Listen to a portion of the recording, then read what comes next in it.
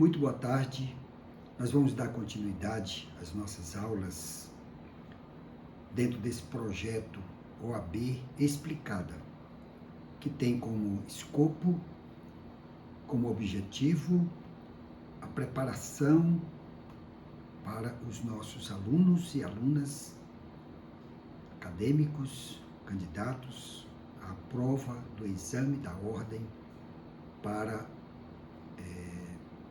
ser um futuro advogado e uma futura advogada. Eu sou o professor Evilásio Vitorino de Castro Assunção, milito na área do direito, sou advogado, professor de direito em várias cátedras e estou aqui para somar, para agregar conhecimento aos nossos candidatos. Sejam muito bem-vindos. Hoje a nossa aula terá como a disciplina Direito Internacional, tema totalmente atualizadíssimo, no qual nós vamos estar conhecendo melhor toda a normatização, regras jurídicas internacionais. É importante, quando eu falo aqui regras jurídicas, normas jurídicas, entenda o candidato que são normas internacionais, que tem seu arcabouço as interações entre os estados. O nosso tópico principal hoje tem como tema, aula número 1, aula primeira, aula magna, desenvolvimento histórico. Então, geralmente, todas as aulas inaugurais, eu trago para o aluno, para a aluna, um histórico, um registro daqueles fatos relevantes para o direito internacional. Em uma pequena introdução, nós vamos entender que o direito internacional se considera a criação e a situação da norma jurídica além dos limites do direito interno, como convivência entre pares, relações entre estados ou convivência entre sistemas, ao lado das relações interpessoais com elementos de extraneidade. Vamos estar explicando um pouquinho sobre esse parágrafo. O direito internacional, ele visa cooperação. Isso é muito importante. No andar da carruagem, nós vamos verificar que todos os estados precisam dessa cooperação. Por exemplo, caso concreto, o Supremo Tribunal Federal julga um processo de um estrangeiro, por exemplo. Então, ele irá precisar da cooperação do tribunal do estado ou nação no qual a parte envolvida foi condenada ou está respondendo um crime fora do Brasil ou vice-versa. Esse termo extraneidade significa para nós, no direito internacional, uma situação jurídica de pessoa que se encontra ou reside em país estrangeiro, onde ele não é nascido e não goza de cidadania. É muito importante conhecermos esses termos, porque no dia da prova exigida lá da FGV, Fundação Getúlio Vargas, pode ser que o nosso candidato, em uma das questões da prova, apareça um termo desse e o nosso candidato ele tem que ser um conhecedor desses termos. Os estados, como eu falei, são os entes de direito internacional que possuem plena capacidade jurídica. Além disso, possuem personalidade jurídica originária, de modo que a partir deles que nascem outros sujeitos, como as organizações e os indivíduos. Então, os estados têm esse papel importantíssimo, né? Tem capacidade plena jurídica, depois nós vamos estar estudando sobre essa capacidade plena. Também gozam ou possuem personalidade jurídica originária. Isso é muito importante. Nós vamos estar estudando mais na frente o que é uma personalidade jurídica originária. Originária já diz o nome, né? Nasceu na origem. De modo que outros sujeitos poderão aparecer nessas relações jurídicas, como as organizações, as comunidades, né? E também os indivíduos. As relações entre estados, quando eu digo relações entre estados, são estados soberanos, né? Estados Unidos, Brasil, França, etc., Portugal e etc., né? As relações entre estados se caracterizaram durante séculos pelo caráter pontual, enfatizando a soberania, a independência, a não ingerência nos assuntos internos, coexistência, antes de dar lugar à configuração crescentemente institucional de cooperação no contexto internacional, que se esboça com a gênese e o desenvolvimento das organizações internacionais na primeira metade do século XIX e se cristaliza com a institucionalização dos fenômenos de integração regional, em arcabouço de regulação de vocação mundial do comércio, na segunda metade do século XX, criando novos modelos de parâmetros de atuação internacional do Estado, com a tentativa de coroamento desse conjunto por normas visando regular a convivência entre Estados em direitos e deveres deste. Nós falamos aqui, nesse parágrafo, sobre vários temas que hoje a mídia está explorando muito. Por exemplo, a soberania. Todos os estados, todos os países, subentendem que são soberanos. Falamos também da independência. Também são independentes. Têm suas regras, têm suas normas jurídicas próprias. A não ingerência nos assuntos internos. Agora aqui nos atingiu, não é isso? É que um país não pode se precipitar de falar, mesmo que seja construtivamente ou negativamente, de uma ação de outro país, de outro estado. Nós estamos vivendo agora mesmo, no Brasil, que há uma preocupação dessas ingerências, né?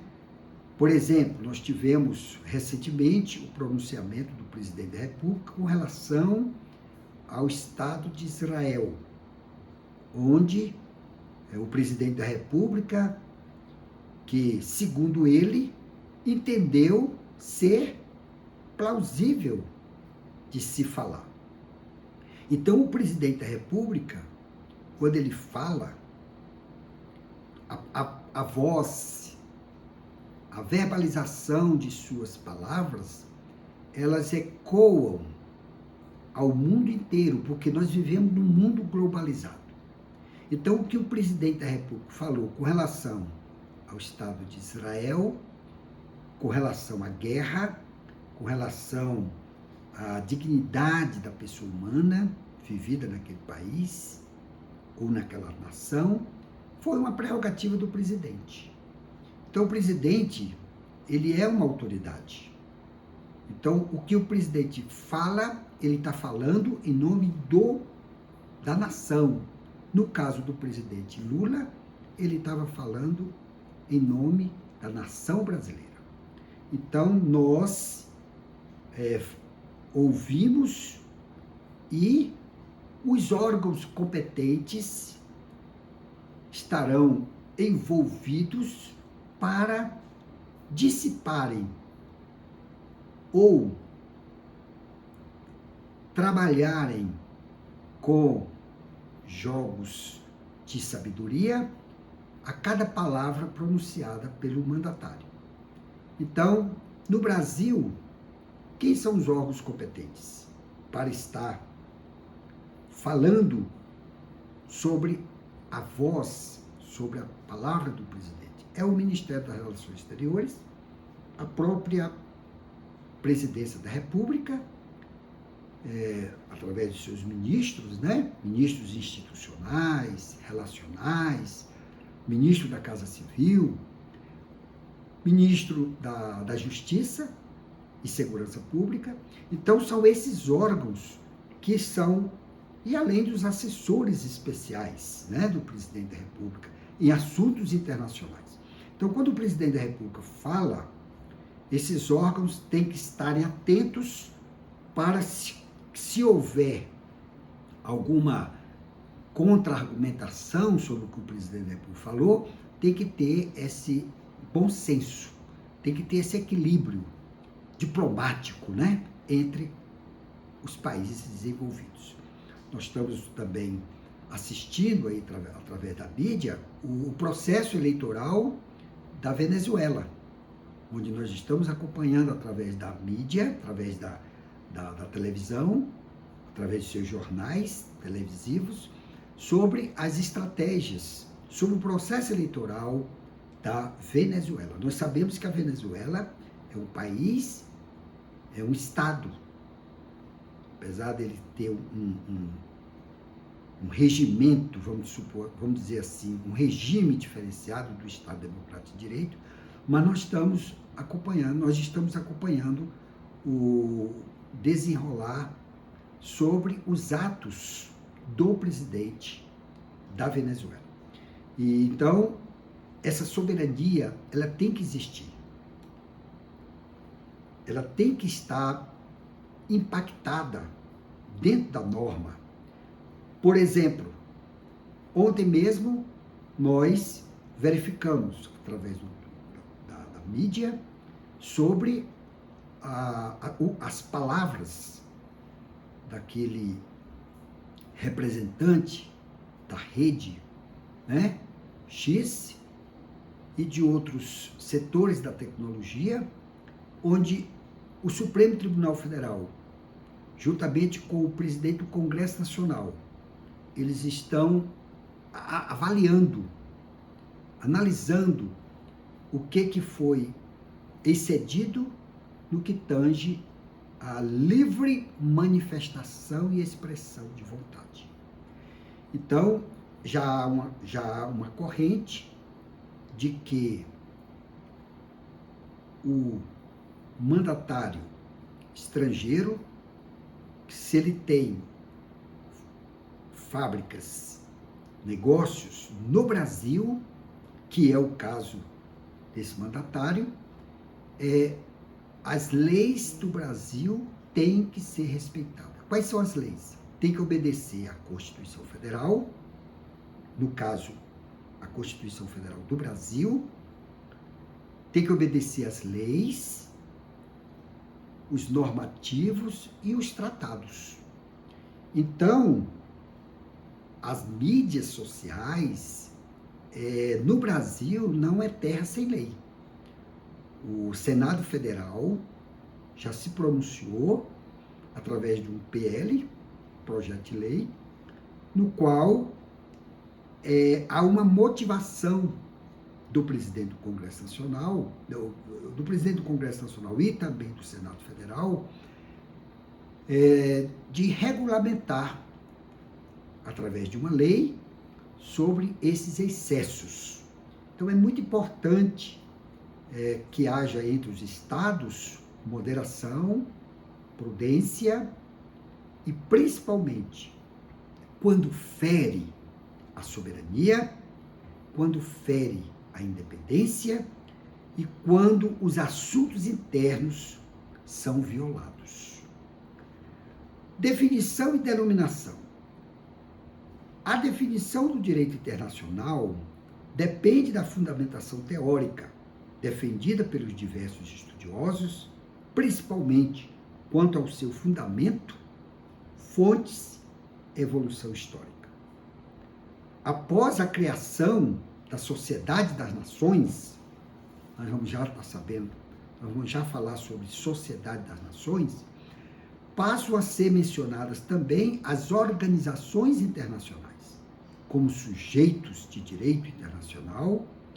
Estas passam a ser o canal institucional das relações internacionais pós-modernas e ocupam um papel central no sistema institucional e normativo internacional atual.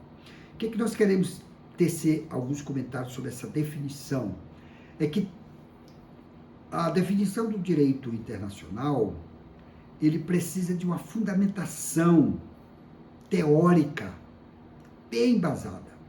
Ela precisa ter uma fonte fidedigna. Ela tem que ter uma evolução histórica no seu arcabouço. A Sociedade das Nações, ou a Liga das Nações, ela foi criada ao término da Primeira Guerra Mundial, em 1914 a 1918, com sede em Genebra, na Suíça. Foi a primeira organização internacional de escopo universal, em bases permanentes, voluntariamente integrada por Estados soberanos, com o objetivo principal de instituir um sistema de governo. As organizações internacionais são instituições formadas por meio de acordos entre diferentes países. Elas atuam em diversos âmbitos em nível internacional. A Organização das Nações Unidas, a ONU, é considerada o principal organismo internacional do mundo. Então é muito importante que os países, os estados, sejam permeados por esta prudência, por esse cuidado de se manter um corpo diplomático harmonioso entre os estados. No enfoque dos direitos fundamentais, alguns dos pensadores entendem ser o principal objetivo do direito internacional a proteção dos direitos do homem. Alguns outros autores pensam que ele visa apenas aos estados, onde estes podem delegar aos organismos internacionais certos direitos e obrigações fundamentais do homem. René Jean Dupuy, nessa corrente, ensina a ser o direito internacional o conjunto de regras que regem as relações entre os estados. Principalmente, sim, mas não se pode reduzir o direito internacional somente às relações internacionais. Então, nós vimos aí, através do conceito de René Jean, que as relações dos direitos fundamentais, elas não se incorporam ou elas não se limitam apenas aos estados, mas ela tem todo uma corrente de outros fatores que venham a corroborar com a harmonia dentre essas relações. Eu quero destacar aqui que os organismos internacionais, tem muitos termos aqui que nós vamos estar fazendo uma certa conceituação, conhecermos a sua simbologia, ou mesmo a sua finalidade, porque são muitos termos que nós vamos trabalhar nessa cadeira do direito internacional. Então, os organismos internacionais, além de serem vistos como instituições supranacionais, são considerados espaços de ampla disputa geopolítica e estratégia. Entende-se por organizações ou organismos internacionais as instituições internacionais que agregam em si ações de vários países sob um objetivo ou bem comum. Então, a gente vê que o direito internacional, em síntese, o que mais se preocupa entre os indivíduos que mandam ou que administram em uma comunidade internacional é a harmonia, é o bom senso, é o bem comum entre as partes. Isso é muito importante. Nós estamos vendo aí, através da mídia, sobre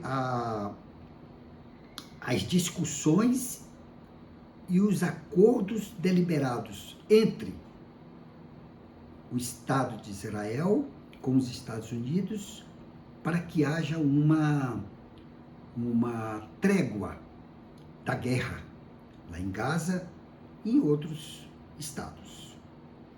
Então é muito importante a participação dos outros estados nessas estratégias de paz para a humanidade, principalmente o civil. Isso porque o direito internacional abrange 3 dimensões de relações que nós iremos trabalhar no direito internacional, que é relações intergovernamentais, que é entre Estado ou interestatais, Estados ou interestatais, as relações transgovernamentais, que é entre agentes de Estados, mas diretamente entre si ou por mecanismos de cooperação, tais como organizações internacionais, e as relações transnacionais, que é por meio de empresas transnacionais e organizações não governamentais. Em cada uma delas, o indivíduo, como causa racional final, se estabelece pouco a pouco no direito internacional pós-moderno. O que significa dizer isso? Significa que essas relações jurídicas entre os estados têm que ter essa cooperação. Por exemplo, uma empresa estrangeira quer fundar aqui no Brasil uma sucursal ou uma filial dessa sua empresa ou dessa sua fábrica. Então, no momento que ela finca no ato constitutivo, no órgão competente, elas têm que obedecer às normas brasileiras. Quando nós estivermos estudando sobre as normas, a lei das normas brasileiras, que é a famosa LINDB, nós vamos estar estudando com mais afinco essas tratativas, essas relações jurídicas, para que haja harmonia e que haja respeito ao cumprimento dessas normas. Por exemplo, no caso concreto, quando uma empresa descumpre, uma empresa estrangeira que tenha loja, fábrica aqui no Brasil, quando ela descumpre uma decisão judicial, por exemplo,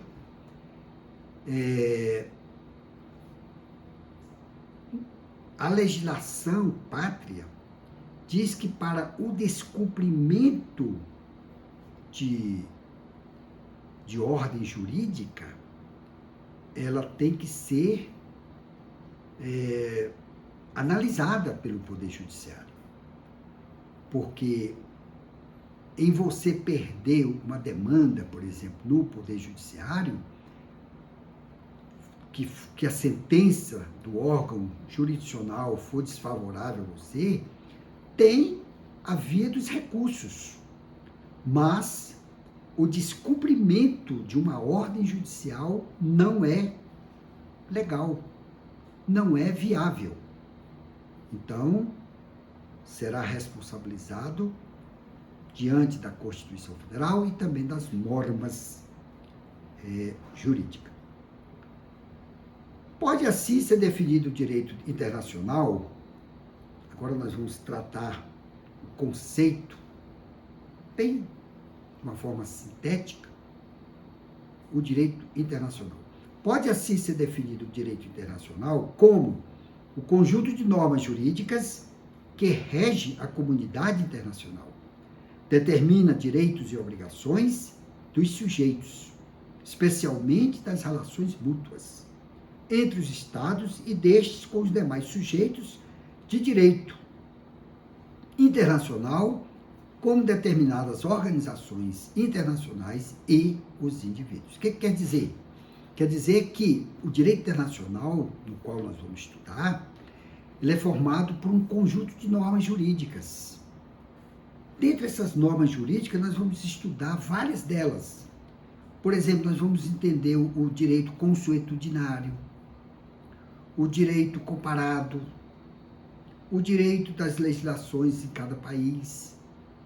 Então, essas normas entre essas comunidades internacionais, elas determinam direitos e obrigações.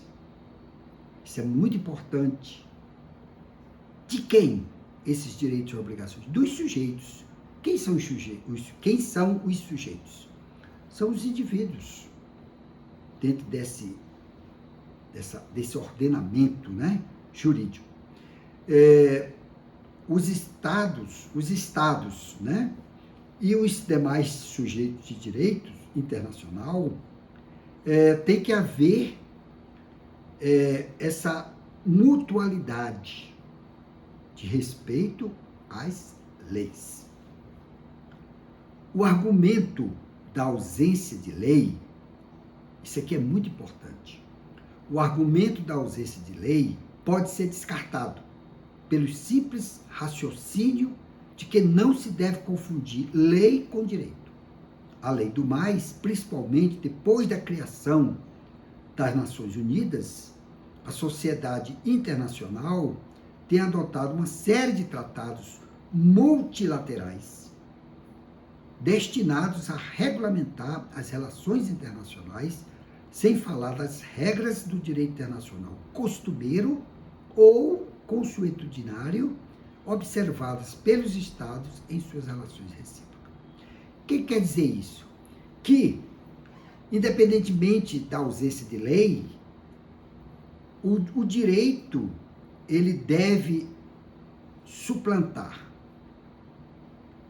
essas regras internacionais, independentemente de ser um Estado regido pelo Estado costumeiro ou consuetudinário, ou seja, aquele que não tem uma carta política formal, mas é do costume, é nas tradições, deve ser respeitado. Por exemplo, a Inglaterra. Trazendo aqui a definição de Organização das Nações Unidas, ou simplesmente Nações Unidas, é uma organização intragovernamental, é uma organização intergovernamental criada para promover a cooperação internacional. Nós já acabamos de ver, dentro daquelas 3 dimensões, o papel de cada uma dessas dimensões. E, dentre elas, a organização intergovernamental. Sociedade internacional é o conjunto de sujeitos internacionais em contínua convivência global, relacionando-se e compartilhando interesses comuns e recíprocos através da cooperação, o que demanda certa regulamentação. Então, embora possível de reparos, a denominação direito internacional integrou-se ao uso corrente. As tentativas de construção terminológica diversa acabam restritas à obra e ao círculo de influência pessoal dos autores que as formulam. Consignados os reparos, cabe assinalar a conveniência de se manter o termo habitual. Então, voltando a falar sobre essa mesma tecla, que o direito internacional, ele visa harmonizar essas interações, essas integrações entre Estados. Como enfoque, saindo dessa parte introdutória, esse tema será melhor explorado quando formos estudar o seu desenvolvimento histórico do direito internacional. Então, agora, saindo da parte introdutória, no qual eu teria dito lá no início, vamos agora tecer os pontos primordiais para a nossa aula de hoje. Desenvolvimento histórico. As noções compartilhadas por inúmeros autores, nós vamos estar tratando aqui de vários autores, né? Eu cito aqui Henry Kissinger, eu cito aqui o Bittencourt Neto, eu cito aqui a Maud Laclavieri e outros renomados internacionalistas. Quanto à antiguidade do direito internacional, voltando lá aos primórdios, né, podem levar à situação o surgimento deste nos tempos mais remotos, praticamente desde o momento em que ocorrem registros escritos de história. Neste sentido, pode-se fazer remontar o direito internacional à passagem do quarto para o terceiro milênio, antes de Cristo, por volta de 3010, no limite entre a cronologia mítica e a cronologia histórica. Em sentido oposto, tradicionalmente se o faz começar, grosso modo, no fim do século XV e mais precisamente do século XVI, citando alguns grandes autores, dentre os quais 2 nomes se destacam. Dentro desse histórico, né, dentro desse registro, desde a antiguidade, no desenvolvimento do direito internacional, que temos que entender que o direito internacional ele não é de hoje, ele já vem remotamente, desde os primórdios, né? Destacamos aqui 2 grandes internacionalistas, que é o dominicano espanhol Francisco de Vitória, vivido nos anos 1480 a 1546, e o holandês Hugo de Grote, mais conhecido como Grocio, nos idos de 1583 a 1646.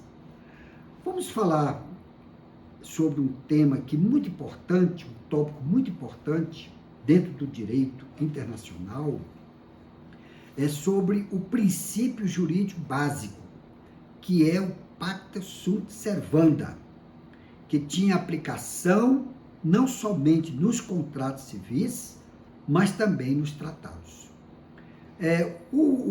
A expressão Pacta Sunt Servanda, do latim, pactos devem ser respeitados, ou acordos devem ser cumpridos, é utilizada para designar um princípio clássico da teoria dos contratos, segundo o qual haveria obrigatoriedade em cumprimento o que foi acordado em contrato.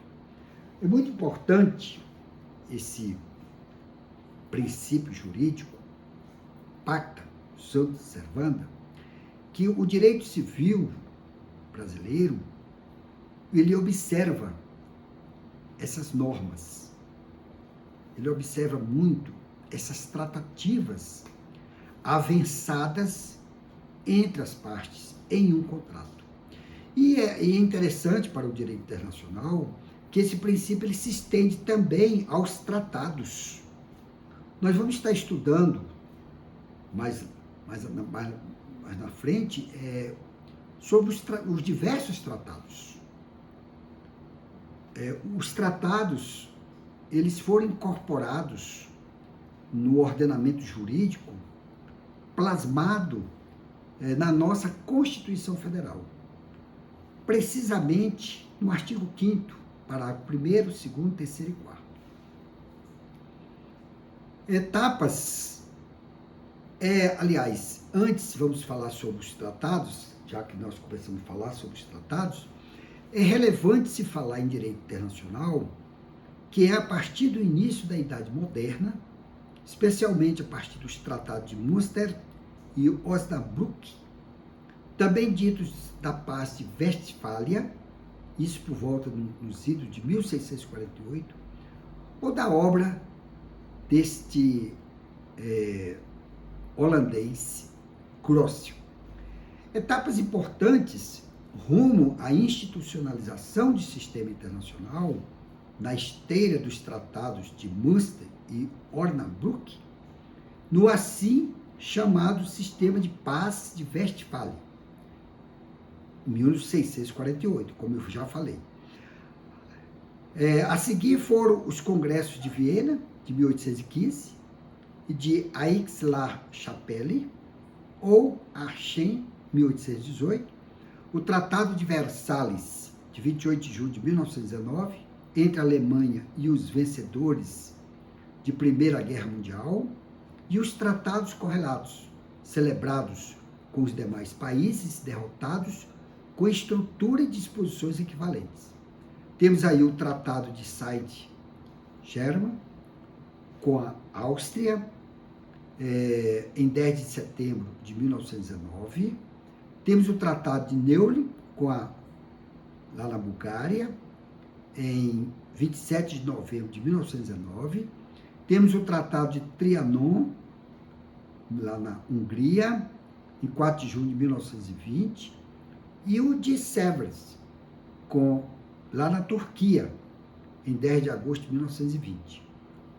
Esse último tratado, Sèvres, não aceito pelos nacionalistas turcos, liderados por Mustafa Kemal, depois das vitórias turcas sobre os gregos nos idos de 1921 a 1922. Foi substituído por outro, em condições muito mais favoráveis para a Turquia republicana, o Tratado de Lausanne, de 24 de julho de 1923, como etapa posterior desse processo de institucionalização, instaura-se o sistema da Carta da ONU, pós-1945, com as demais organizações internacionais existentes. Todos esses tratados, nós vamos estar dissecando ele em aulas próprias, mas isso é uma noção do que nós iremos tratar nessa disciplina com relação aos tratados. Como destaque aqui, a chamada Paz de Westfália, eu vou repetir que é muito importante esses termos, a chamada Paz de Westfália, ou de Westfália, ou ainda Westfália, também conhecida como os Tratados de Münster e Osnabrück, ambas as cidades atualmente da Alemanha, designam uma série de tratados que encerraram a Guerra dos 30 anos e também reconheceram oficialmente as Províncias Unidas e a Confederação Suíça. Agora vamos tratar sobre o estudo da evolução histórica. Se até o início do século XX o direito internacional era bidimensional, por versar apenas sobre a terra e o mar, por isso que era bidimensional, tratava sobre esses dois enfoques, a terra e o mar. A partir de então, graças principalmente às façanhas de Alberto Santos Dumont, passa a ser tridimensional e, após a Segunda Guerra Mundial, a abarcar ainda o espaço ultraterrestre e os fundos marinhos. Ou seja, a contribuição da genialidade de Alberto Santos Dumont ultrapassou as barreiras existentes até então, que era entre a terra e o mar, ultrapassando essa base para o espaço ultraterrestre e os fundos marinhos. Para fins didáticos, podem ser identificados 4 períodos nessa fase deste estudo da evolução histórica. Vamos conhecer essas fases. A primeira fase, o direito internacional até os tratados de Westfália. O outro período, de Westfália até Viena. O outro período, de Viena até Versalhes. Outro período, de Versalhes até o contexto presente, ou seja, até os dias de hoje. Mostra a história humana que os homens se organizam em grupos sociais independentes, regidos por ordem interna. Quando eu te falo ordem interna, vamos nos lembrar as normas dentro do ordenamento jurídico interno, não externo. Em tribos, cidades-estados ou simplesmente estados. Tão logo distintas unidades e seus soberanos estabeleçam contato umas com as outras, primeiro o costume e em seguida o direito costumeiro desenvolvem-se para conduzir tais relacionamentos já revestidos de caráter internacional. Como eu falei, dentro desse período, além das normas rígidas existentes, os tratados formais, tinha que se respeitar também o direito costumeiro ou consuetudinário, que também valia como lei. Vamos estar aqui falando um pouquinho sobre o direito consuetudinário, que é o mesmo direito costumeiro. Já esboçava na época e conterá em toda parte como direito internacional geral de facto regras a respeito. Ou seja, tinha que ter respeito às regras e à situação de fato.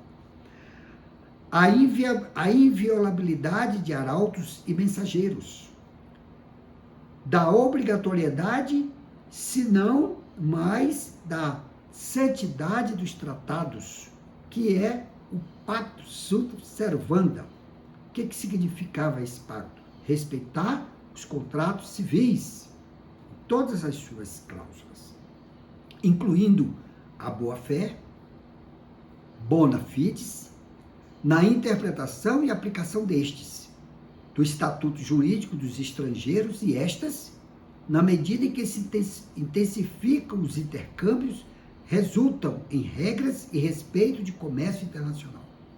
Asilo político. O asilo, ele é previsto também nessas tratativas que nós temos, depois nós vamos falar sobre o asilo, propriamente dito, que nós temos 2 situações. O asilo pode ser político e diplomático. E relações familiares, comércio in et cornubio, das sanções de direito internacional e especialmente em matéria de guerra e conflitos armados. Todos esses tópicos que eu estou falando aqui, nós estamos vivendo hoje. Por exemplo, esses conflitos armados que está tendo agora entre a Rússia e a Ucrânia, entre o Estado de Israel com os Hamas, que são considerados terroristas. Então, essa matéria de guerra e esses conflitos armados, eles são temas que estão nas mesas dos responsáveis. Mas só para fazer enfaticamente, trazer um enfoque desse tópico, essas relações internacionais, elas têm que existir harmonicamente, respeitando as tratativas, interpretando justamente a cada norma e também havendo sanção. Nós estamos acompanhando aí que os Estados Unidos, de vez em quando, impõem aos Estados Unidos, à Venezuela e outros países sanção, que são embargos, né? Por alguma infração de alguma norma. Isso é previsto nos acordos internacionais e nos tratados.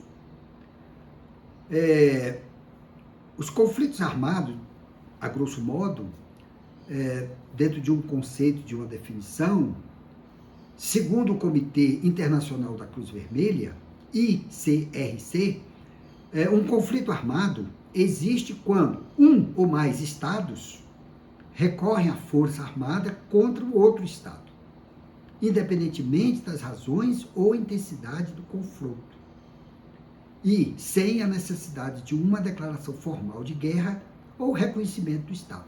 Nós vamos estar falando mais na frente sobre esses conflitos armados, que, como nós já vimos lá no início, cada país é soberano, cada país é independente. E, independentemente do que se tratam entre eles,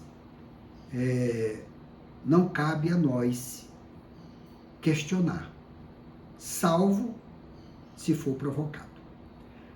Para registro, vamos falar então lá nos primórdios, né?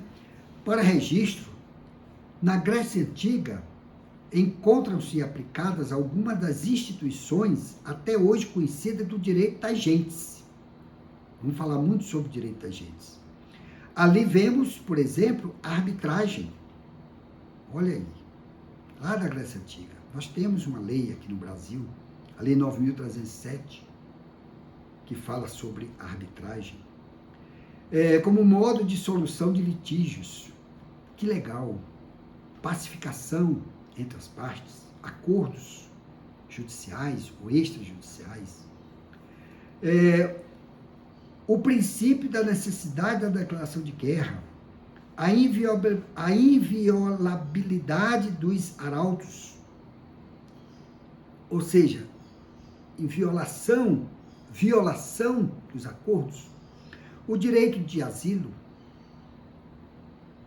que é também uma norma internacional, o asilo, o direito do asilo, a neutralização de certos lugares, a prática do resgate ou da troca de prisioneiro de guerras, etc.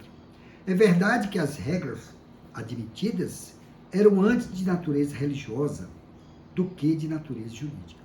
Como nós vimos em outras cátedras, em outras disciplinas, a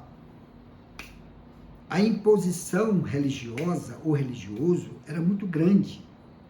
A igreja, no passado, tinha um papel muito relevante com relação a essas tratativas entre a comunidade. Então, esse direito da gente, ele veio corroborar para que não seja apenas de natureza religiosa, mas que seja também de natureza jurídica.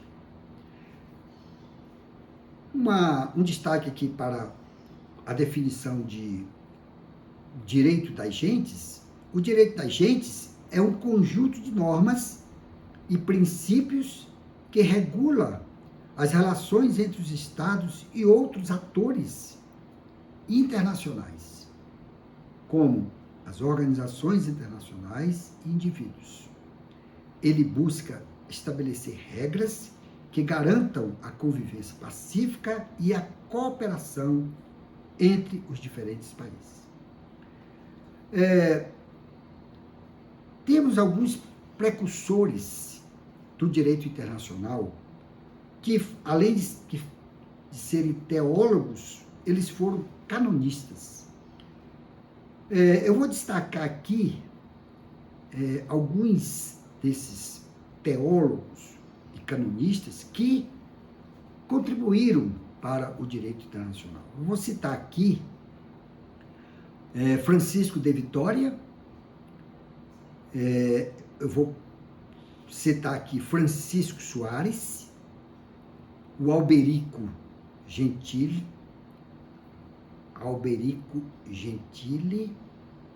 o Richard Jousse, o Hugo Grossio, que contribuíram, de uma certa forma, cada um com seu papel relevante na evolução do direito internacional. A partir da Guerra dos 30 Anos, causada pelas ambições políticas dos príncipes europeus, travada em nome da intolerância religiosa, põe-se o marco de surgimento do direito internacional como ramo autônomo do direito. Os tratados de Münster e de Osnabrück, compondo assim o chamado sistema de Westfália, nós já falamos lá no início, marcam o início de uma nova era na história política da Europa e na regulação desta para o direito internacional. Só como destaque aqui, como são temas abrangentes ou recorrentes no presente século, intolerância religiosa tem sido utilizada para descrever um conjunto de ideologias e atitudes ofensivas às crenças, rituais e práticas religiosas consideradas não hegemônicas. Nós já falamos nas outras disciplinas que o Supremo Tribunal Federal ele está muito atento à violação desses direitos, né? O direito a culto, a ritos, a práticas religiosas.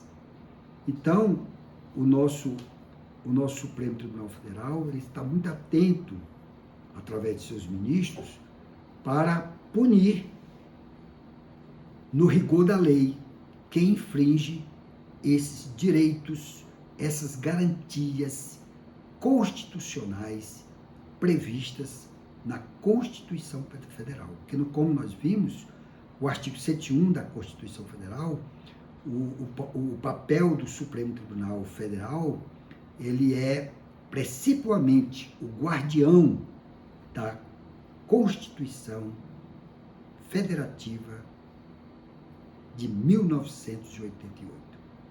Então, cabe ao Supremo Tribunal Federal combater firmemente quando há violação nessa intolerância religiosa, desses direitos constitucionais do cidadão. Também contribuíram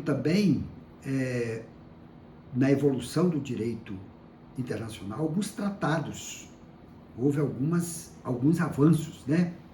Por exemplo, no Tratado de Westfália até o Tratado de Viena, nós vimos aqui que marcam os tratados de Münster e Osnabrück, que refere-se à Westfália, né, que nós já vimos lá no início, o fim de uma era, início de outra, em matéria política internacional, com acentuada influência sobre o direito internacional, então, em seus primórdios. Esses tratados acolheram muitos dos ensinamentos de Hugo Grotius, surgindo daí o direito internacional, tal como conhecemos hoje, em dia, quando triunfa o princípio da igualdade jurídica dos Estados. Paridade, é isso? Paridade jurídica entre os Estados. Estabelece-se as bases do princípio do equilíbrio europeu e surgem ensaios de regulamentação internacional positiva. No período de Viena até Versalhes, no fim do século XVIII, a Revolução Francesa, mais pelo impacto direto do grande movimento de ideias por ela suscitado, exerce influência sobre os espíritos, está de uma forma mais simbólica, né? Depois a gente vai estar explicando mais na frente sobre esse simbolismo, né? Que se propagou por toda a Europa e mesmo além desta, as guerras e as conquistas da França revolucionária, continuadas sob Napoleão Bonaparte. Vamos estar falando muito sobre Napoleão Bonaparte, né? Sobre seus feitos, sobre o seu código, né? que influenciou muito o nosso Código Civil, o nosso ordenamento jurídico brasileiro. Elemento disruptor do sistema vigente à época, destruíram o sistema criado pelos Tratados de Westfália e foram pouco propícias ao desenvolvimento do direito internacional até o Congresso de Viena encetar nova tentativa de regulação internacional. Vamos agora estar falando, por último, sobre as contribuições brasileiras dentro desse contexto. A contribuição brasileira ao direito internacional do século XIX, no campo teórico, foi pequena, contudo promissora. Principal contribuição brasileira ao direito internacional foi a consolidação do princípio do ut possidetis, que sustentou com sucesso ao anular a tese oposta do ut possidetis juris, tal como este estaria refletido na sucessão de estados em 1810, defendida pelos países vizinhos na solução das controvérsias fronteiriças. Então, o Brasil, dentro da sua visão jurídica, contribuiu pouco realmente, mas houve muitos avanços, porque o Brasil é signatário de vários tratados. Isso fez com que o Brasil evoluísse. Evoluísse em que sentido? Nessas relações jurídicas entre estados, respeitando mutuamente, reciprocamente, esses tratados, de forma a somar e não dividir. Em conclusão, dentre os acontecimentos que marcam o final desse período e o início seguinte, merece ser citados as conferências internacionais americanas, depois eu vou estar falando o papel de cada um desses títulos, né, que é muito importante, as conferências internacionais da Cruz Vermelha, nos idos de 1906, 1929, 1949, a segunda conferência da Paz de Haia, 1907, a Conferência Naval de Londres, dezembro de 1908 a fevereiro de 1909, a Conferência da Paz de Paris, muito importante, vou estar falando depois, em 1919, a criação da Sociedade das Nações e da Corte Permanente de Justiça Internacional, a instituição da Academia de Direito Internacional, AIA, cujos cursos têm contribuído enormemente para o progresso do direito internacional. Então, todas essas entidades, esses organismos internacionais, essas comunidades internacionais, essas organizações internacionais, contribuírem muito para a evolução que hoje nós temos no direito internacional, que é harmonia entre as partes, respeito mútuo, cooperação e mutuação. Na próxima aula, nós vamos estar estudando o direito eleitoral. É uma matéria inovadora, é uma matéria recorrente ao ano eleitoral que nós vamos ter agora para prefeitos e vereadores, não é isso? E a fonte que eu trouxe hoje dessa cadeira de Direito Internacional, eu me debrucei na obra jurídica do professor Hildebrando Accioli, ou Accioli, que é o termo mais certo, Accioli. E outros, né? O título da obra, Manual de Direito Internacional Público, 26ª edição, Editora Saraiva, 2023, na qual eu recomendo que você, meu aluno, você, meu candidato, você, minha candidata, você, minha aluna, você, acadêmico, você, operador de direito, deve comprar essa obra e tê-la na sua mini biblioteca para os conhecimentos dessa disciplina tão extraordinária que é o direito internacional. Meu caro aluno, minha cara aluna, se você quiser conhecer os nossos endereços, aponte o seu celular para o nosso QR Code que vai aparecer do lado direito da nossa telinha, da nossa aula, e lá, e você apontando o seu QR Code para o celular, o seu celular para no QR Code que está aparecendo aí na telinha, automaticamente vai ser direcionado aos nossos endereços, WhatsApp, e-mail, endereço eletrônico, e-mail, vai direcionar o nosso site do nosso escritório de advocacia, muito importante.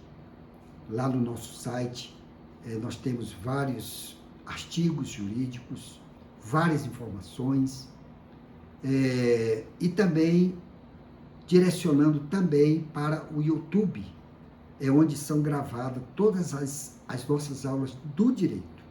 Então, basta você colocar o seu celular e apontar para o nosso QR Code, que você vai ter todos esses endereços. E se você tiver alguma dúvida com relação a essa matéria de hoje, e se quiser nos mandar via e-mail ou WhatsApp, fique à vontade, que eu responderei na medida do possível. Para concluirmos a nossa aula de hoje, eu trouxe aqui duas questões do direito internacional do exame da ordem. Vamos à primeira questão. O cidadão francês Pierre Renaud, residente domiciliado em Portugal, foi casado com uma espanhola, com quem teve 2 filhos, nascidos na Alemanha.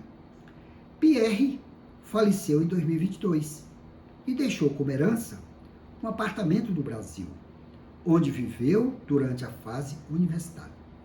Nesta hipótese, a sucessão do bem será aplicada à lei. Agora vamos responder. A lei francesa, a lei portuguesa, brasileira, alemã. A nossa resposta qual será? É a letra B.